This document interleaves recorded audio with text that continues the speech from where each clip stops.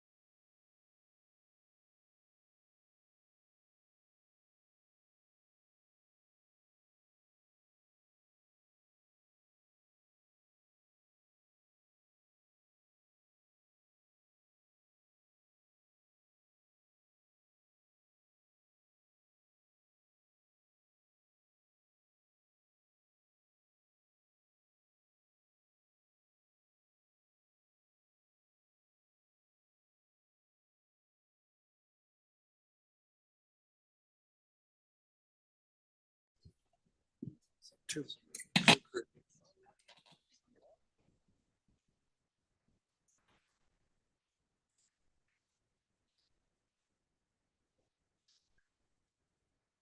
So in Ayel Harim, may Ayin Yavo Ezri. Ezri Me'im Adonai Oseh Shemayim Ba'aretz. Mal Yitin Lamot Raglecha Al Yanum Shomrecha. Yinei Lo Yanum V'Lo Yishan Shomer Yisrael Adonai Shomrecha. Adonai Tzilcha Al Yad Yeminecha. Yomam HaShemesh Lo Yakeka. Yereach B'Layla. Na yishmorcha mikol ra. Shmor et nafshecha. Na yishmor tzeit chavolecha me'ata ya'alav. In the 121st Psalm. I will lift up mine eyes unto the mountains. What is the source of my help? My help comes from the Lord, maker of heaven and earth. God will not let your foot give way. Protector will not slumber. Behold, the guardian of Israel neither slumbers nor sleeps. God is your guardian. God is your protection at your right hand. The sun will not strike you by day, nor the moon by night.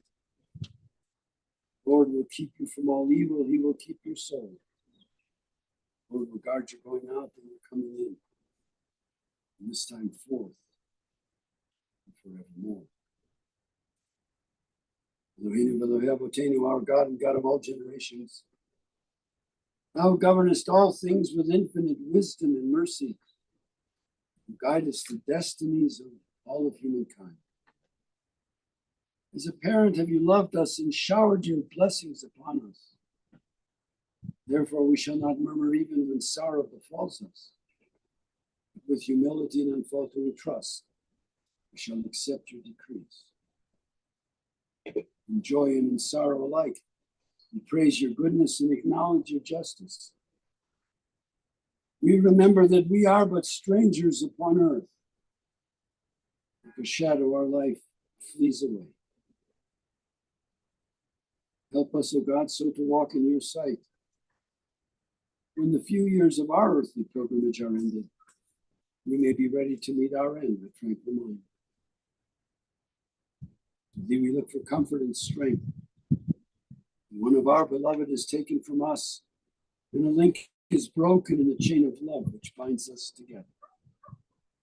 When we walk in the valley of the shadow of death, we shall fear no evil, for you are with us. Praised, O eternal our God, in all your dispensations. And sanctified be your name, now and forevermore.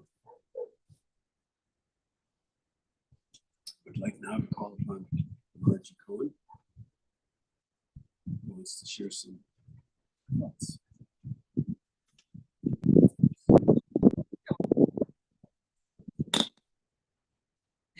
Tell everyone who I am, but I think everybody knows who I am. I remember when Alan died, and I was trying to explain who I was, and Dorothy yelled, "You're a niece, you're a niece." So I'm a niece by marriage. Time passes, we all get older, but we're never really ready for death to take our loved ones. I met my auntie mom back in 1968 when I was dating her nephew Larry. We became instant friends. That never changed throughout the 57 years we shared together. And my mom, Jane, she loved that I gave her that title. And she truly was. Oh, my mom. We instantly became friends, so it was only natural she took my place. She gave me advice. We talked about everything. She shared all her inner thoughts, successes, and failures. Toward the end of her life, we even talked about her spiritual beliefs and if there really was a heaven. I hope so. I hope Larry, brothers, sisters, and friends are all waiting there to greet her with open arms. Auntie Mom and I spent a lot of time together, going to lunches, dinners and to the theater.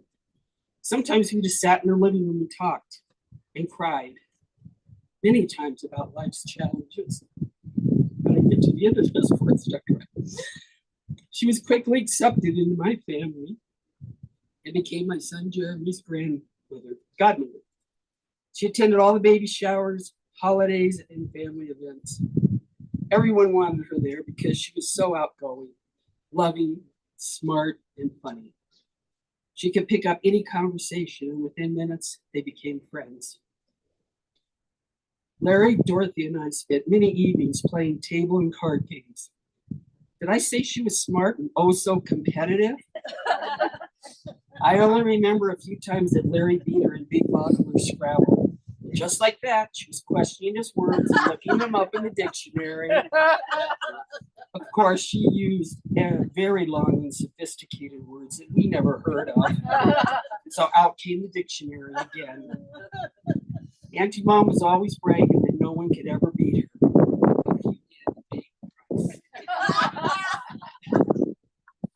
We talked a lot about the many cruises we both went on and the people we met. She loved art, and we'd go to Santa Fe and purchase the next Impressionist or Van Gogh painting. She absolutely loved Southwestern art, pottery, and jewelry. I asked her about her nude painting in her bathroom. She said you should always look at the human body because it was to be admired. She loved the poems and stories I wrote her each year on her birthday. It's hard for me to say that this would be the last one. Just know, Auntie Mom, how much you meant to me, how you touched my life, and how I will always cherish your memories.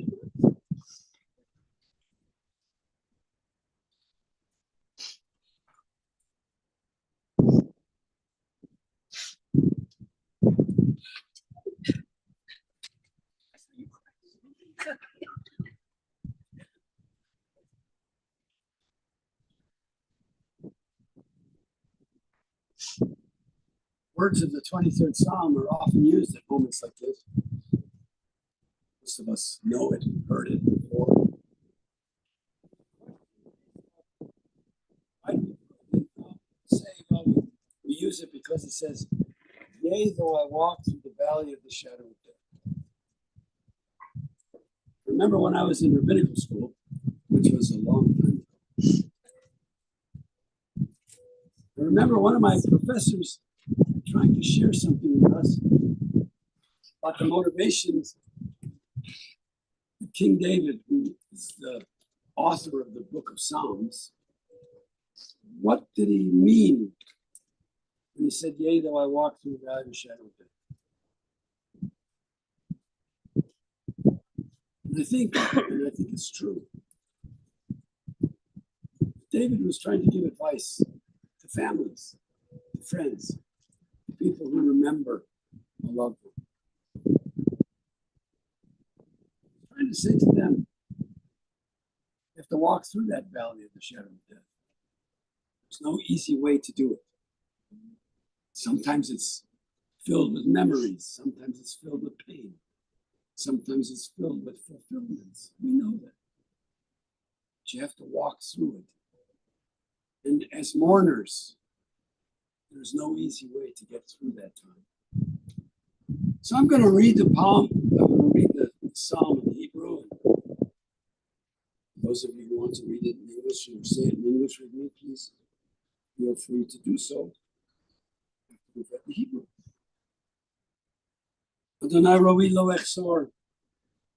Vino tesha yar bitzeni al me menuchot yinahalim. נפשי שובב ינחני במגלי צדק למען שמו.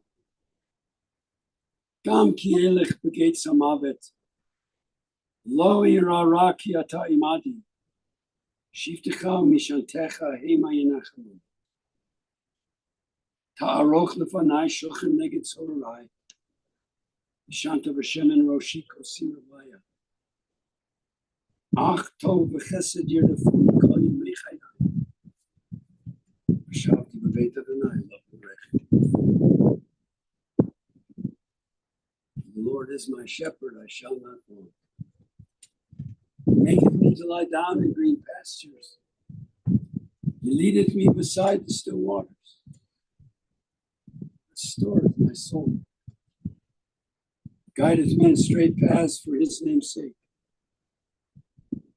Yea, though I walk through the valley of the shadow of death, I will fear no evil, for thou art with me. The rod and my staff, they comfort. Thou preparest a table before me in the presence of mine enemies. Thou hast anointed my head with oil, my cup runneth over. Surely goodness and mercy shall follow me all the days of my life. And I shall dwell in the house of the Lord. Call upon Gary to share some thoughts about his mom.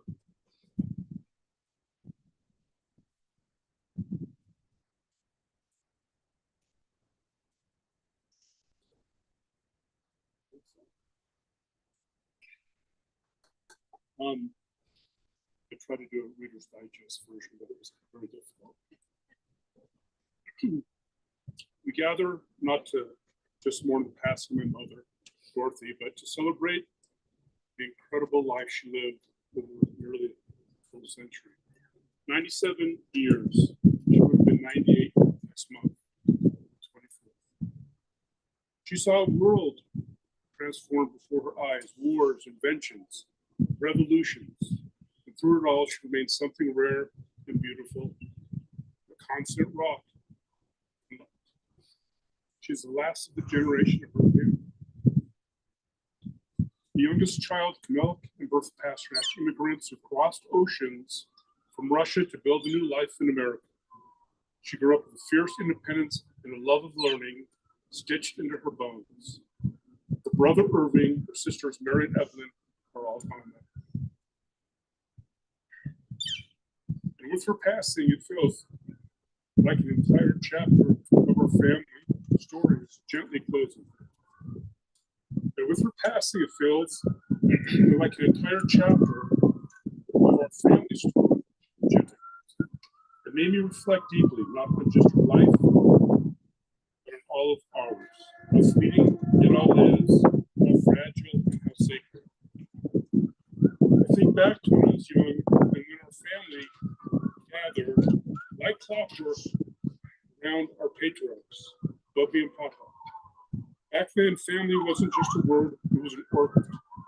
Aunties, uncles, cousins, brothers, sisters, food, laughter, and memories stitched into the fabric of who we are. Papa was the epicenter of it all.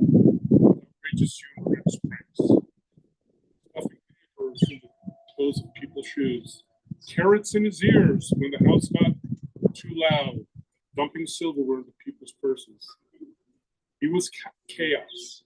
He was love and laughter, all rolled into one beautiful soul. When he left us, Uncle Posty, Irving, stepped into that role, keeping the family flame alive. When Posty passed, it was my mom who tried to keep the embers glowing, pulling us together when she could. But time has a way of scattering even the best of intentions. Cousins grew up, life happens, families. Now we are here, the once kids of the family, now gray, staring down at our own twilight years. It humbles me. It makes me grateful. And it reminds me just how important people like my mom are, the bridges between what was and what still can be. Dorothy wasn't just a mother, she was the spine of our family. She was loving, compassionate, wise, the one you called when your heart hurt or when you needed a voice stronger. Didn't you know? She didn't teach at the easiest of schools in safe, leafy neighborhoods.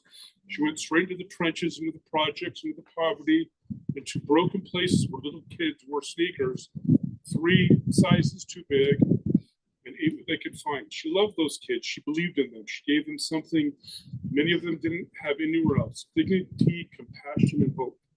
She understood what it meant to fight for a future because she had done it herself. In 1949, she graduated from Milwaukee State Teachers College at a time when few women had a clear path forward. Later, while raising her family and carrying life's heavy burdens, she earned a master's degree from the University of Northern Colorado. Not because she had to, but she believed you never stop learning, you never stop growing, you never stop pushing forward. That spirit of compassion carried into her own life's hardships too.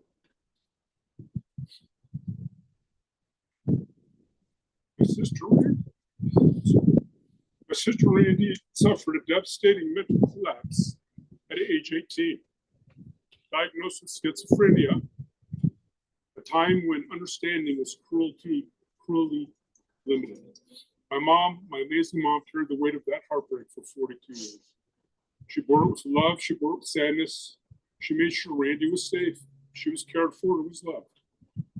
Even when the world around them couldn't understand. My mom sacrificed without fanfare. She just loved. That's who she was. And she lived through personal hardships, most would crumble. She was in a difficult marriage. A marriage marked by alcoholism and PTSD, or that left scars you could never see. She endured with grace, strength, and loyalty. Even after suffering, she remained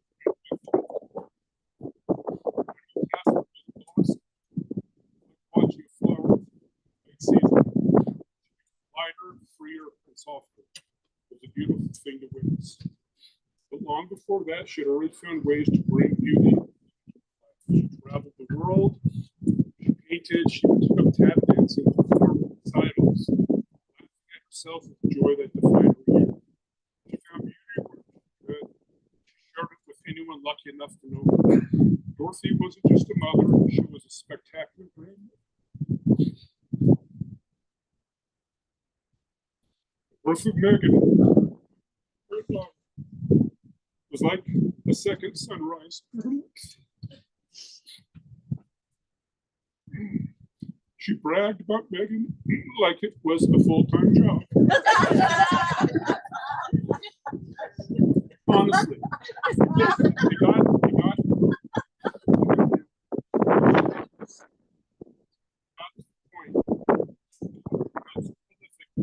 but I offer the type of a grandma resume. So she would just get it out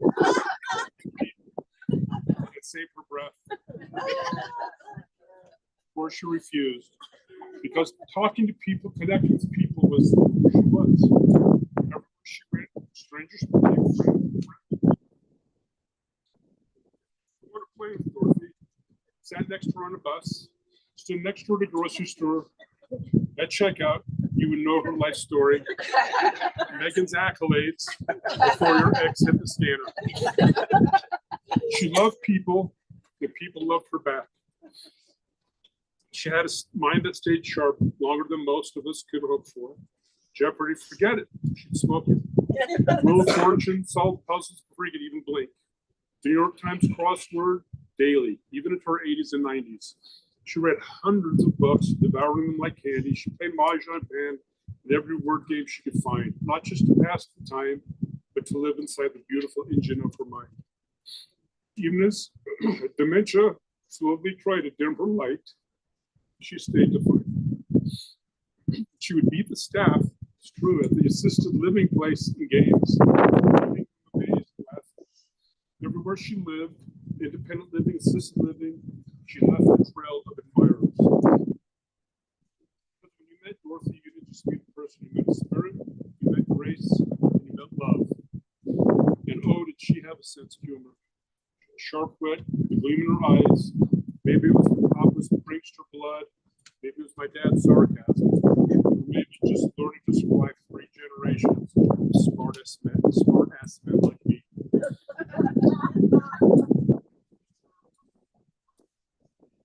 She never, ever once got offended. She laughed, this big, beautiful, pure laugh. She got me. She loved me fiercely, flaws and all.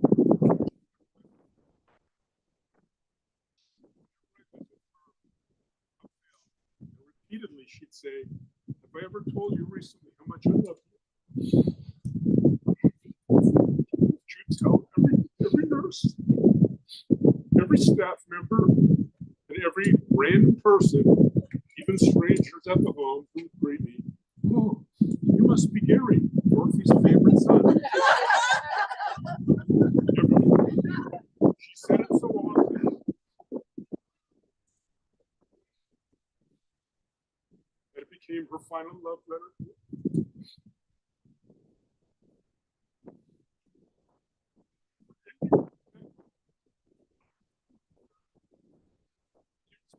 She always called me her favorite son.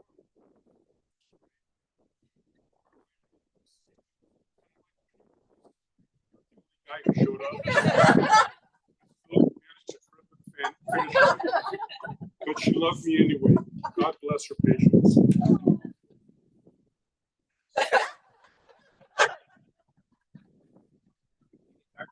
Today we say goodbye to Dorothy, a woman who loved without conditions, bore the pain with dignity, who lived with kindness and humor, who gave the world more light than it often deserved.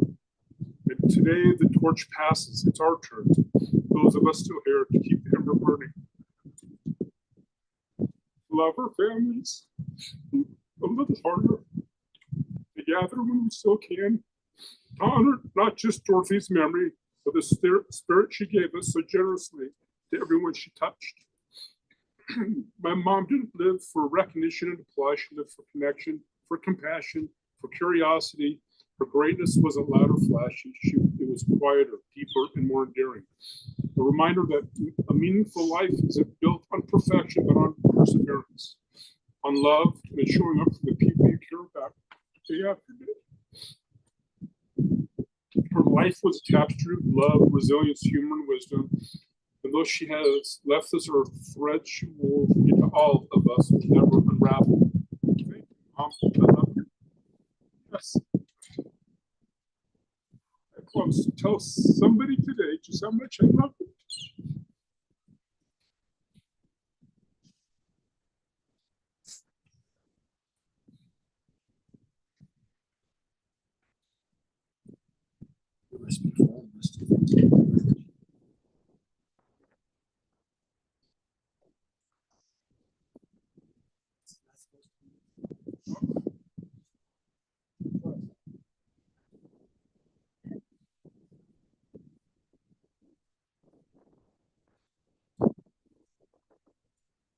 It's a beginning and death is a destination. It's a journey, growing from stage to stage. From childhood to maturity and from youth to age. From innocence to awareness and from ignorance to knowing. From foolishness to discretion and then perhaps to wisdom. From weakness to strength or from strength to weakness and often back again. From health to sickness and back we pray to health again. From offense to forgiveness, from loneliness to love. From joy to gratitude, from pain to compassion. From grief to understanding. From fear to faith. From defeat to defeat until looking backward or ahead. We see that victory lies not at some high place along the way, but in having made the journey, stage by stage, the sacred pilgrimage. Birth is the beginning and death is a destination. Life itself is a journey, a sacred pilgrimage made stage by stage, from birth to death, to life that is everlasting. Family, dear friends, it's always difficult to come to moments like this. Made a lot easier by the words that have been shared with us. Words of love, words of caring, words of not just remembrance, but words of strength to keep her memory alive so that you can use who she was in your own lives. That's what moments like this, I think, are about. About learning, just as she was a learner. These are moments that remind us of why we live, no matter how many years we have. And we never know how many years we're going to have. These moments are moments where we rob death of its ultimate victory by living life as we choose to live it, because of those who have lived life before us. And that's what this moment is about. That's what these sacred words have been about. They've been about, yes, memory, but they've been about how we share a life with someone else. To be sure, when one lives almost 98 years, the older I get, the more I realize she's a young lady. When a person lives almost 98 years, moments like this really are bittersweet. Bitter because death has come. And we can't say that it will never come. It does come. But there's a sweetness to this moment as well, because whatever suffering was hers throughout those 88 years almost, whatever suffering was hers, that suffering has come to an end. And so there's a sweetness to this moment as well. And you can look back and see that she lived to the end of her life. What a wonderful gift that God gave her. Oh, I realize, dementia is still dementia. We all have it from the moment we are born until the moment we die. We get things, we don't always do the things that we think we ought to do. We're all the same way. Despite whatever dementia she had, she was able to live her life. And she was aware. She wasn't just breathing. She was in relationship. And that's what made her life so important. Not only to you, but to her. It was important for her to have relationship. Maybe that's why she and her dad had a relationship, even though they didn't. It's important to recognize that we need others in our lives, even when it's difficult. You guys can look back at it. And yes, you can see the weaknesses that they both had because of that relationship, but you can also see the strengths that they both had. And they both had. There were sorrows and disappointments, but there were fulfillments. And there were joys. They're all part of life. 88 years. 98 years. I was just thinking about somebody else who died at 88, which shocked me beyond words. But he was a good guy too. Just like your mom was a good person. I will always have a personal relationship with this family, whether you know it or not. Obviously, we shared a long time.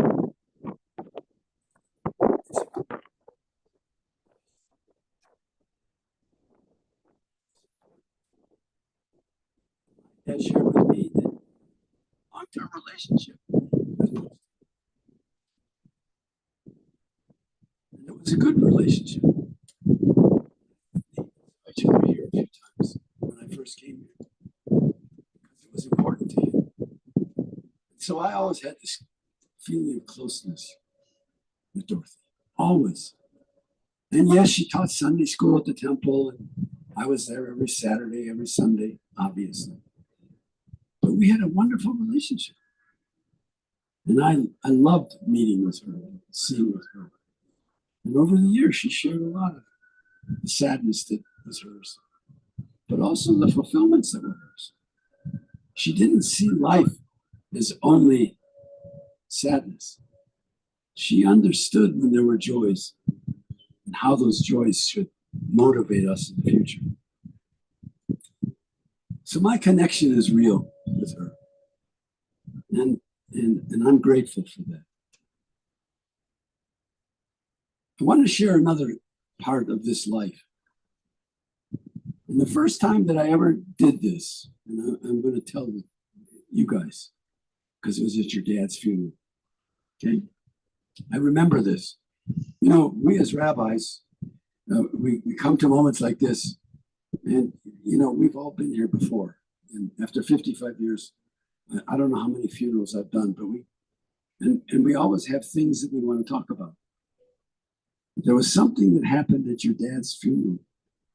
I'm talking about Posty now for 1 second. There was something happened when he died that family reminded me of. Yes, he came here from Ukraine, from Kiev. That's where he was born. My grandfather was born in Kiev, or outside of Kiev. Maybe that's why in Milwaukee they all live near each other. When your grandma died, she talked to me about 9th and Galena. That's where my dad lived. And I think your mom and Posty, the family, I think they lived on 8th and Galena. So they were neighbors in Milwaukee, and they knew each other. I was reminded when he died that the generation that came here, they came here not just to find a better life, they came here to escape the anti-Semitism. That's what drove them here, whether it was Poland or Russia or Kiev, wherever it was, there was anti-Semitism. And they came here to escape it. And when the parents brought them here, they left behind 1,000 years of Jewish history. More Jews lived in Ukraine and Russia than any place else in the world ever. But they came here to start again, and it was difficult. But their job was to escape the anti-Semitism. And they bequeathed to their children, first generation. Your mom was first generation. She had a special responsibility. It was to secure the freedom that her parents and her brothers and sisters found when they came here. It was to secure that freedom. They did. And they bequeathed to the next generations. Continuity.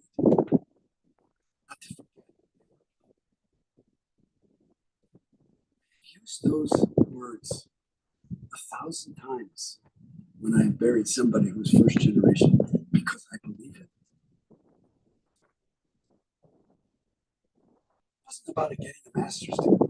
It was, but it wasn't about getting a master's degree. It was about leaving a legacy the next generation will pick up on. And that's why we're here. And it's difficult. It's difficult to say goodbye to that generation. We have been left responsibility. That is to transmit that generation, one generation to the next.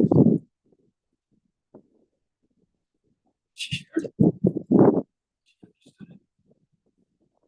All difficulties aside, she was loving and giving and smart. And as you said to me yesterday, she wanted to please people. That's an important concept. Yesterday, you said something to me, Gary, that stuck with me last night. Who was she? She was an optimist. How did she get through all the difficulties? She didn't get through it because of things. She got through it because she was optimistic. She thought that things could get better in her life and in everybody else's life. And I hope for her sake, for your sake, that she passed that on to everybody. Because that's the greatest gift that she could have left.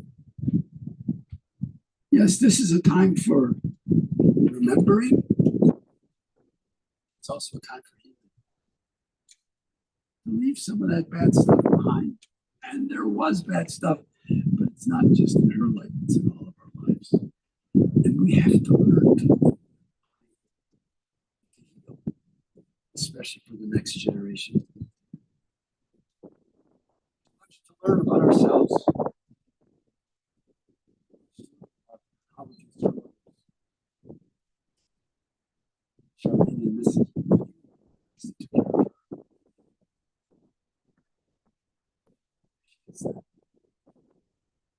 And when you shed your tears, special in your lives, just as you were special to her. So with all of her strengths, it's this small family that gathers together now. Yes, to say goodbye, to recognize the strengths of this wonderful woman. We had a great granddaughter, a joy, and she knew that. She had a wonderful granddaughter, wonderful children, and the hopes that Randy's memory in positive ways will also abide within this family. And so we come here at this time, yes, to remember, always to remember. But most importantly, we come here on this day to keep those memories alive. In closing, let me read this poem to you because I think it's so true. There are stars up above, so far away we only see their light, long, long after the star itself is gone. And so it is with people that we love. Their memories keep shining ever brightly, though their time with us is done. But the stars that light up the darkest night, these are the lights that guide us. As we live our days, these are the ways we remember. I believe that's true. And whether there is or there isn't something beyond this world in which we can debate, it's the memories of who our loved ones were that will be a source of strength, we pray, to each of you in these days that lie ahead.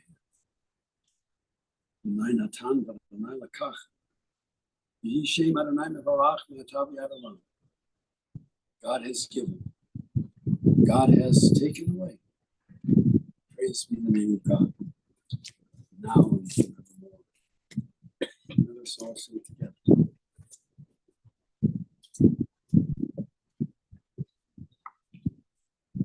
Baruch atah Adonai Eloheinu melech haolam, asher yatzar etchem b'tzamo v'zan chilkel etchem b'tuvo, v'himit etchem badin v'natah b'tovchem k'olam. Baruch atah Adonai dayan ha'emet. We praise you, O Lord our God, ruler of the universe, who forms us in the divine image, who nourishes and sustains us in your goodness, causing us to find eternal life within us. Praise you, God.